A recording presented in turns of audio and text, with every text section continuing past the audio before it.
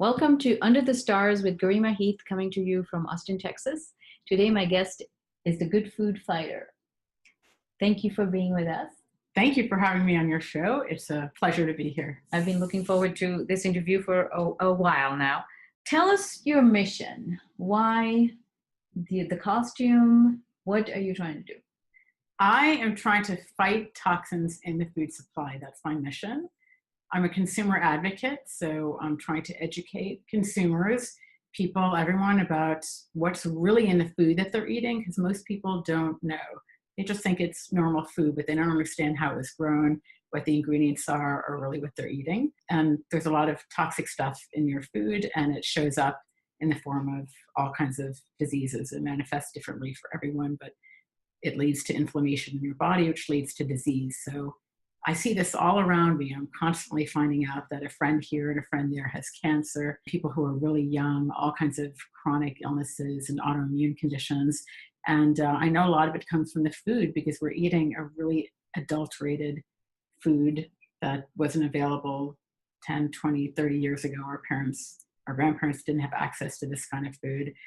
So it really makes a difference what you eat. I totally 100% agree. Yeah, yes. Tell us about your journey. How did you get to this state of consciousness about it? Well, I grew up with a mother who was very conscious about ingredients in food. She read Prevention magazine. She was kind of before her time. So I grew up in a house where there was brown rice instead of white rice, where there was romaine lettuce instead of iceberg, where she would never allow Wonder Bread to come through the front door.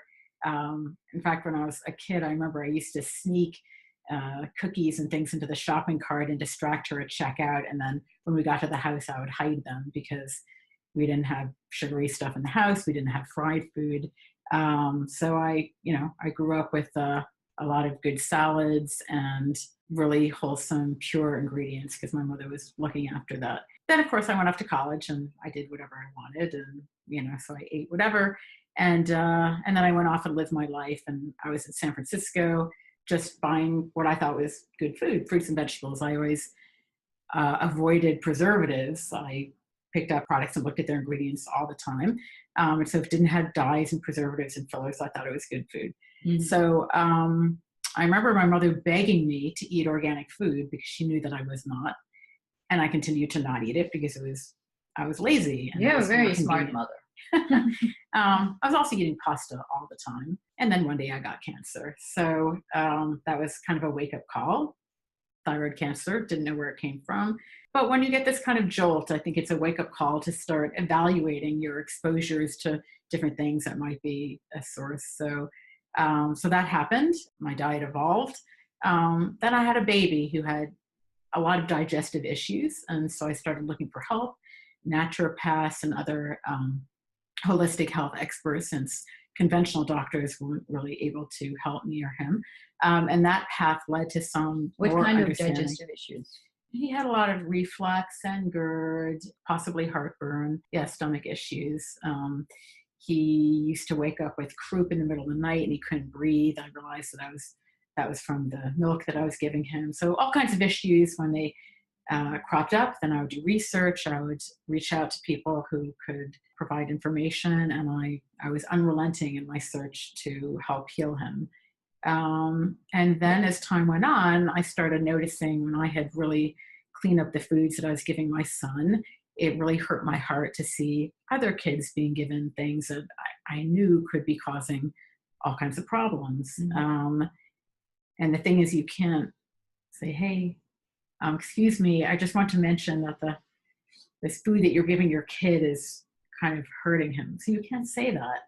And it would really frustrate me because all I want to do is help. All I want to do is educate without having to, bring on people's defenses and make parents feel like bad parents. Because after all, we're all on a journey. We're all doing the best we can. So I thought, well, if I start a blog, then I can just put all my information there that I've collected and people can come and read it who are interested. And I can, help cajole people into going to my blog, and hopefully it'll start to make a difference and people can learn at their own speed and, take little steps and learn about different things that interest them about feeding their kids. So I kind of consider my blog to be an anti-cancer blog, a blog to help parents feed their children better, and just an overall, what's in your food, what do you not know, and how I can help you get on a path to better health through food. You're starting a movement, and my path was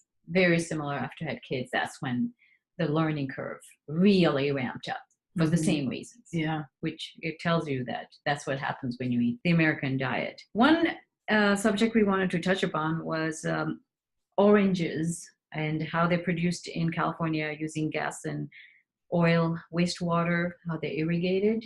Can you tell us about that? A lot of parents think one of the easiest, most portable, delicious snacks they can give their kids are these mandarins that are in the stores everywhere. Full of vitamin C, just a really good, rich food. So I've done some research, and it turns out that most of them are grown in California, and most of the citrus grown in California is grown with oil and gas wastewater. So the reason for this is because California is running out of water. Nestle is siphoning off a lot of the groundwater for their bottled water. So California is really in a bind. Meanwhile, there's a lot of drilling going on there too, a lot of oil. So companies came up with this ingenious idea. When the oil comes up from underground, it brings with it tons of water. And this water has been in contact with the oil over time with other contaminants underground. So it's pulled up. Also, a lot of contaminants are used in the drilling process. Like into that water goes corrosion inhibitors and all kinds of other additives and things to, successfully do this operation. So now we have all this water that's come up from underground, and these companies who are drilling need to get rid of it. So in the past, what they've done is they've actually injected it back into the ground, and that costs them money. But what doesn't cost them money? Selling that water to farmers to irrigate their crops. Makes them money. Yeah. So instead of paying money, they make money.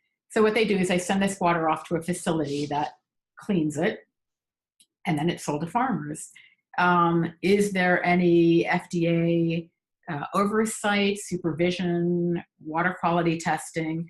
Well, they say there is, but it turns out from third-party testing that really a lot of contaminants make it into the irrigated water, and that water makes it into Do you know orange. what kind of contaminants? Yeah, the ones that I was talking about. Okay. So we don't know. A lot of what these companies are using fall into a category of proprietary blend, and so they don't actually have to disclose everything that's going into this water. But we do know there are a lot of hydrocarbons and other additives and corrosion inhibitors, like I mentioned. And also the water has been in contact with this gas that's been underground over time. So it's really not pure water at all. And even the organic standards do not mandate testing for water quality. So your organic produce needs to be grown in a certain kind of soil, but the kind of water that's used to irrigate it does not have to go through any kind of standards. And that's why farmers are getting away with using this kind of water even on organic produce. So it's in all the conventional produce, and it's also in the organic produce. So now when I walk into my grocery store, I ask them for oranges that don't come from California, because it's not all oranges in California, but it's hard to figure out which ones they are. We know it's halo oranges. That has been established. Even on the wonderful company's website, they acknowledge that they use something called produced water, and they say it's as clean as can be and perfectly safe. So we know that the halos, which are these little mandarins, contain it. What other oranges or citrus contain it, it's not certain. So that's why I'm getting my citrus locally. So this is something that would totally go under the radar. You wouldn't be able to tell from the smell or taste of the orange. No, you wouldn't be able to tell. And there's a lawsuit now going on. So things have ramped up. And there are other companies out there who are trying to raise awareness in consumers, because outrage is sometimes the only thing that leads to change. What about, I've bought the halo oranges. I have. They're very sweet. But I've also bought sumo mandarins, which you can peel off really easily. And I don't know if they come from Japan, but they're 4 times more expensive. But they are amazingly delicious. So I'm hoping they don't come from California now. Yeah, just remember to ask. Yeah. And likely the people who are working in the store won't know anything about this issue.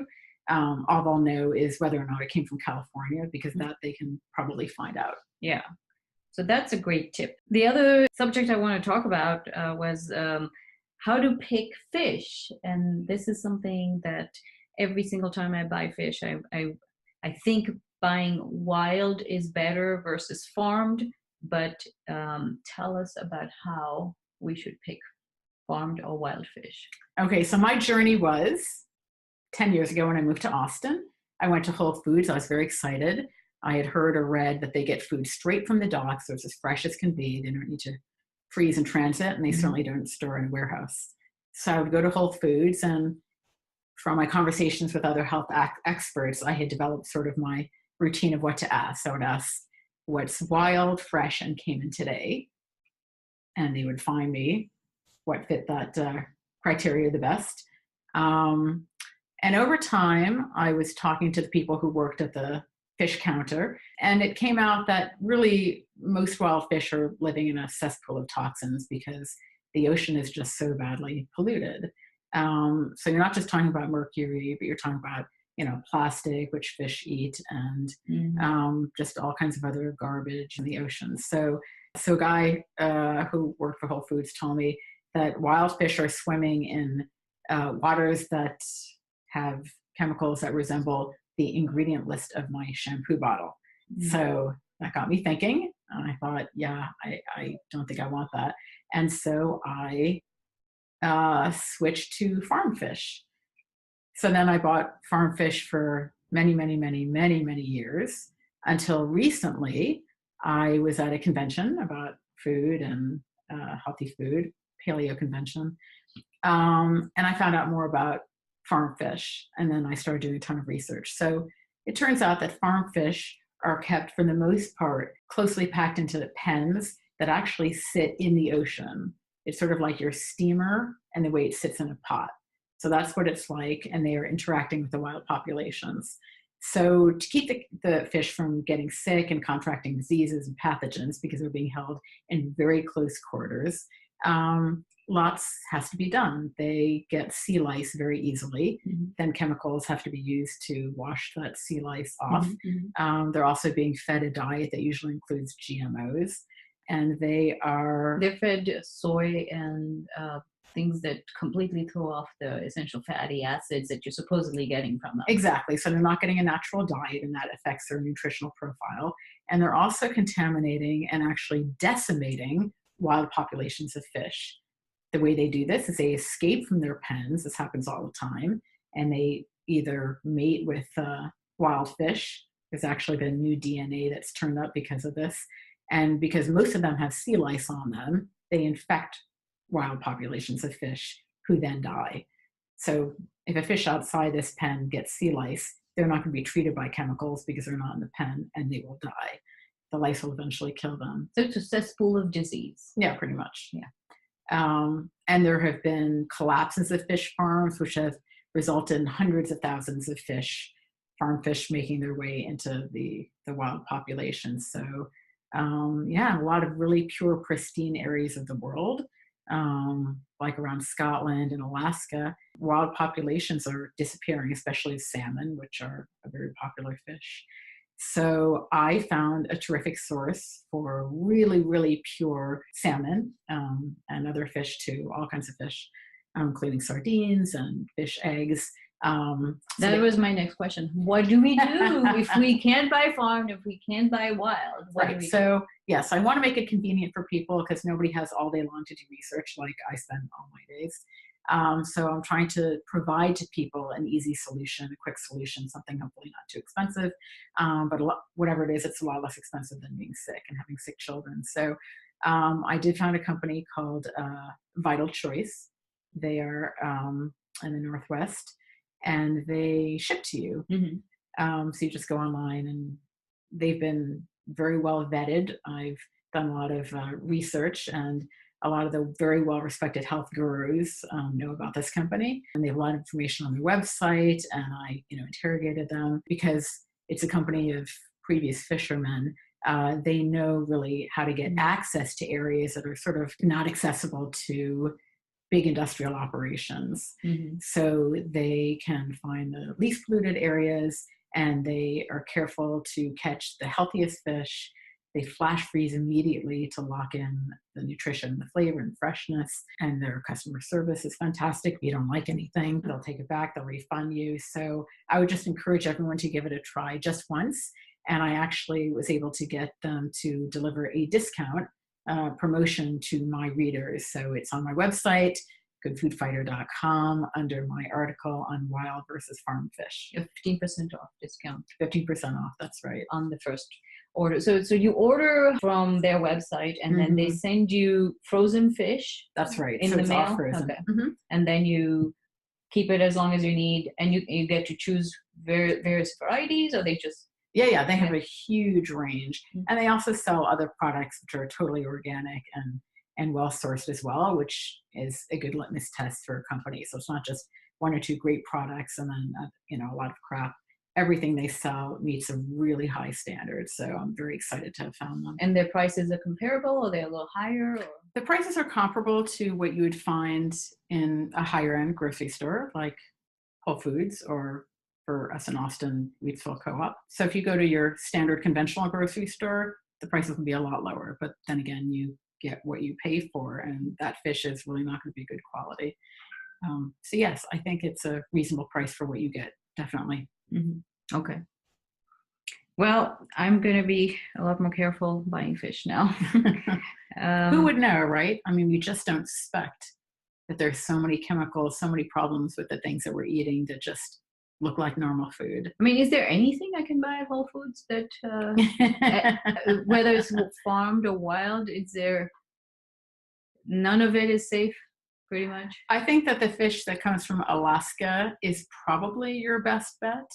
But then again, some farm-raised fish may be done in a way that's more sustainable, because it is possible, it's just not the norm. So you just have to ask a lot of questions. So that's one thing I encourage of my readers: just ask. It can't hurt you, and you'll learn. And they may not always have the answers right there. That's true. Yeah. My worry now is that Vital Choice, that they will, enough people will build a demand that they will run out of supply. So that's my worry. Well, they've been at it for 20 years, so they've really figured out how to do it well. Okay. Yeah. All right. Great. And then I also wanted to touch upon this article you wrote on your blog about oregano oil and how to use it for fighting colds and flus. And can you tell us about how to use oregano oil as an antiviral, as an anti-everything? Yeah, so I consider oregano to be the anti-everything. I just sort of coined that.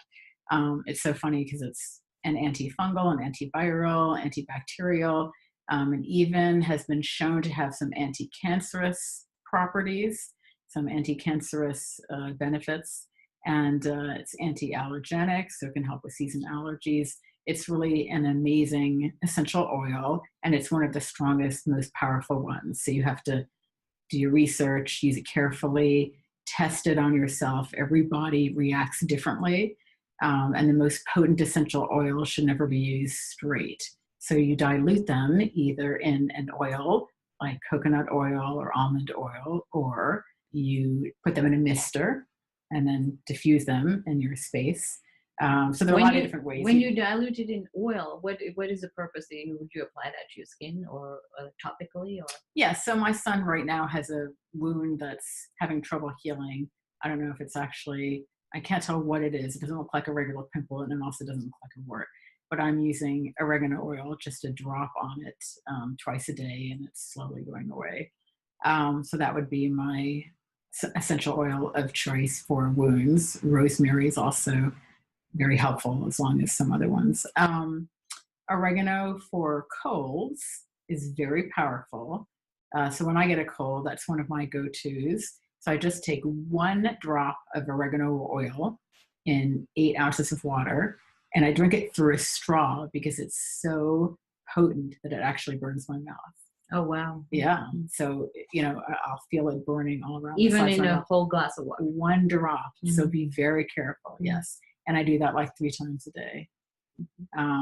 So also for upper respiratory, so take a soup pot, fill it with 1 inch of water, put in a couple drops of oregano oil, and then, heat it up, and then put it on simmer, put a big towel over your head, cover the sides, and then you can breathe in, inhale. And there really are studies that show that this helps just as much as any conventional medicine out there. I've also dropped a few drops of whether oregano oil or eucalyptus oil in the shower, so you can inhale it as you inhale the steam. I also had white cedar oil, and that one I did in a drink, and just 1 drop, and it just is really hard you have to get used to the taste. Right. Yeah. Grapefruit seed extract is another very powerful one. That's good to fend off problems with food poisoning. So when I went to Cuba, I took it every day. I ate anything I wanted. When I went to the Azores Islands, I took some every day, and I ate fresh fruit and vegetables. You're always told not to because you're in a place with completely different bacteria that's foreign to your body. So grapefruit seed extract is perfect for that. So that's, one of the really powerful ones. And, you can pour a couple drops in the shower. The problem with that is it kind of diffuses pretty quickly. So that's why it's much more concentrated if you use a pot. That's how I like to do it. Yeah. That's an old remedy with it. In North India, they would heat up chickpeas and then put them in a bowl, and then put a towel over your head and inhale the heat from that. Wow. Yeah. I didn't know about that. Yeah. It's an old remedy for colds. Tell us about your goals for 2018. My goals for 2018 are to kick canola oil out of the food supply. So canola oil is one of the great deceits of our time. So it has been marketed as a healthy oil because it has a similar oil profile to olive oil. And what that means is that it's high in monosaturates. But it's also an oil that's gone through genetic modification twice. And if you look at how it was produced, there's like 19 different steps. And they use heavy chemicals like hexane, which end up in a residue in the oil. Anyway, so I have a couple of different articles that include canola oil. It's my favorite oil to talk about because I hate it so much. Yes. And I want to get rid of it. And because people don't realize it's a bad oil, everybody thinks it's a healthy oil. Because it's marketed, and as long as you believe mainstream media's version of healthy nutrition, you're not going to be healthy. Well, it's not so much mainstream media. It's the big agribusiness and the big pharma. It's really that. And you can say, of course, that these companies advertise in the mainstream media, and therefore there's money conflicts of interest. But that's another story. Second is, don't give your kids fruit juice. No fruit juice. Thank you. So people believe that fruit is good and therefore fruit juice is good. That is not true. So if you drink a glass of fruit juice, that's like an injection of sugar into your body. What makes fruit different is that you have the fiber and the time it takes you to chew to slow down the absorption of sugar into your body. You have the fiber, you have vitamins, you have enzymes, and when you process fruit and extract out the sugar and the flavor, it's highly concentrated. You have 40 grams of carbs and sugar per serving. Right. It is not the same thing at all as eating an apple. And the other thing is that most fruit juice is cooked. People don't realize that. If it's sitting in a bottle on a shelf, it's been pasteurized. What does pasteurization do? It destroys really most of the nutrients. So what you're left drinking is sugar. And the thing that kids need the least is more sugar. They need a lot less of it. Factory farms. A lot of people think, nice piece of steak, USDA approved, delicious. What's not to love? What's not to love is that these animals are raised in feedlots. They are fed corn and soy, which are 90% genetically modified. So you're eating a GMO animal. They are locked into really close quarters in these pens where, again, diseases, pathogens are rampant. Most cows have to be sprayed down with ammonia when they're slaughtered because there's so much, just like the fish are covered with sea lice, right? They're covered with bacteria and these animals are tortured. They're not living a normal life. They're being fed food that makes them sick, and then they're given antibiotics to control the sickness. So you're really... And they're given hormones. Yeah, hormones, antibiotics, all kinds of chemicals and GMOs. So you are supporting really animal abuse by eating these animals. And also it's an assault on your own body. It's very detrimental. And the difference between eating a cow that's pastured, that's raised the way an animal is meant to eat, versus a feedlot cow is really like two different, completely different kinds of food. Yeah. And you know, a normal dairy cows who's pastured, lifespan is about 20-25 years. And one of these feedlot cows, about 4 years. They fatten them up as quickly as possible, Yeah. unnaturally so. Yes. So they suffer because they're getting fat so quickly. It's really painful. They get animal. them repeatedly pregnant, so they produce milk, and they give them hormones, and they produce 8 times the milk that a normal cow should, and that gives them mastitis, and then they have to be killed because they can't even stand. So yeah, it's horrible. And then the canola oil, no fruit juice, no feedlot animal meat, and no cereal. No cereal. Thank you. So in the 70s, when the misinformation about saturated fat was released to the general public, people started jumping off the eggs and bacon bandwagon and onto the cereal with non-fat milk bandwagon. And of course, that tracks with our increase of chronic illness and obesity in this country. There's really no nutritional benefit to cereal, and there's a lot of it's just pure detriment. Sugar. Basically, it turns to glucose in your mouth immediately, so it's just like eating plain sugar. Mm. And there's been testing that has found glyphosate, which is the main ingredient in Monsanto's Roundup.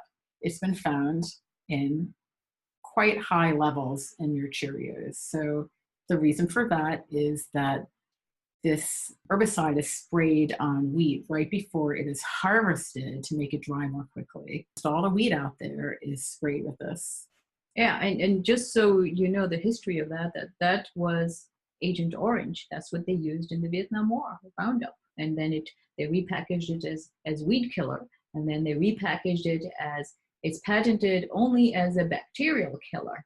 So now they spray all grains, pretty much. I mean, already grains are problematic to eat, but they spray, corn, all the major crops are sprayed. So you really have to try hard to avoid it because you're still getting some, and we really know that any level of it is not even not organic food, organic farms next to a farm that's sprayed with Roundup. It's windborne, and it comes on their vegetables as well. Exactly. Yeah. Exactly. Yeah. I want to make one recommendation about the glyphosate. Check out Restore, because you can't help it. You will get glyphosate no matter what you do in your diet. So this is its new product. It's called Restore. It comes in a liquid form, and it helps you heal your gut lining. Basically, the only way to fight glyphosate killing, your gut lining is one single cell thick. So Restore is what I've been using. Okay, good to know. Mm-hmm. And then the last of my 5 objectives for 2018 is to get people to understand preservatives in their food. So people just think, well, of course, you have to put some preservatives in to preserve the food, but people don't spend hours and hours of research looking up what all these preservatives are. Mm-hmm. And most of them really have detrimental health effects. So, for example, sodium benzoate, very common preservative, actually increases the effects of ADHD in some studies. So, not surprising. Anyway, I talk a lot about preservatives, fillers, all kinds of extra chemicals that are added to your food. And know about wax and silica dioxide and even the gums, xanthan gums, lactic gum, acid, all the different acids. They all sound food coloring. They sound pretty innocent. They're not. Food colorings are very, very problematic for children. Mm-hmm. A lot of them make children hyperactive. So it's important for people to know about these things, and you can really help your kids and yourself. So yeah, that's my goal. All great goals. Awesome. And then what, if you were to distill down all the wisdom you have so far, what would be the 3 pieces of advice that you would give? I don't know if I can distill all the wisdom down into 3 pieces, but let's see, three things that you can do for yourself that are a good start are read the ingredients in everything that's processed. An apple doesn't have ingredients written on it, but anything in any kind of package will, and just start reading all ingredients. And if there's any ingredient you don't recognize, Google it or come to my website or email me, and I'll help you figure out if it's something that you'd rather not be eating. I think it's wise for everyone to avoid gluten. So Yes. more and more people are being diagnosed with gluten intolerance and celiac, which are both technically different things. But gluten is known to cause inflammation. So even if you don't have an immediate reaction to it, it does not mean that it's not causing trouble for you. And also when people get sick, they don't necessarily know it's from gluten or that gluten is exacerbating their sickness. Modern wheat is not a good food, and gluten is in all modern wheat. So just try to avoid it when you can. Now, on the other hand, things that are gluten-free are often made from other problematic foods like tapioca starch and rice syrup. These things are all even higher on the glycemic index, meaning how they spike your blood sugar, than gluten is. So the best thing to do is to try not to eat wheat, and then to try not to eat wheat substitutes either. Just try to find other food alternatives. And my website is full of them because I like to talk about that. Mm-hmm. And the last thing I would say is if you go out to eat and you're in a conventional restaurant and you learned a lot and now you can't unknow what you know and you want to be able to enjoy your meal and you're frustrated because you know that the animals will have hormones and the greens will have pesticides and everything will be more or less contaminated. So good advice is to eat lower on the food chain. And what I typically do is I'll ask for some steamed rice. Most restaurants can whip that up. I eat white rice now because of the phytic acid and other anti-nutrients in brown rice, as well as the arsenic. I was going to bring that up. Yeah. So white rice is like a nothing food, but it's not as detrimental as other things. And then I would just ask for some steamed vegetables. Don't cook them with oil. If you can, just steam them gently. And hopefully there won't be too many pesticides on. Right. So that's what I would recommend for when you're eating out and there's no good choices. That's what I do. Yeah, and gluten alone we could talk about for hours. Hours. I've done a lot of research on it. My son also has a gluten problem. He gets rashes, and he scratches them till they bleed. And as soon as we cut out the gluten, they clear up within a month. People do not correlate all these different things that are happening to them with gluten. So that's part of the issue. It's also the gut-brain link, because it affects his mood. His like IQ drops. He becomes pre-verbal. He's intolerant. He just gets really angry and he has a meltdown. And it's always linked to having had that piece of bread or that croissant or something that with gluten, a cake or something. That's good information for people to know. Because oftentimes when these things happen, you don't know why. Anyway, I will close the interview, and I want to thank the Good Food Fighter for coming on my show. It's been my pleasure to be with you today, Garima. And I want to mention the Good Food Fighter is on the internet. Check it out. She has a website and a blog, and she also has a comic strip that's come out. And stay tuned for more comics. And subscribe to her blog. The Good Food Fighter does not financially benefit from any of the recommendations and reviews, and is not affiliated with any company or any food manufacturer. So, goodfoodfighter.com, and I'm also on Instagram, The Good Food Fighter. Thank you.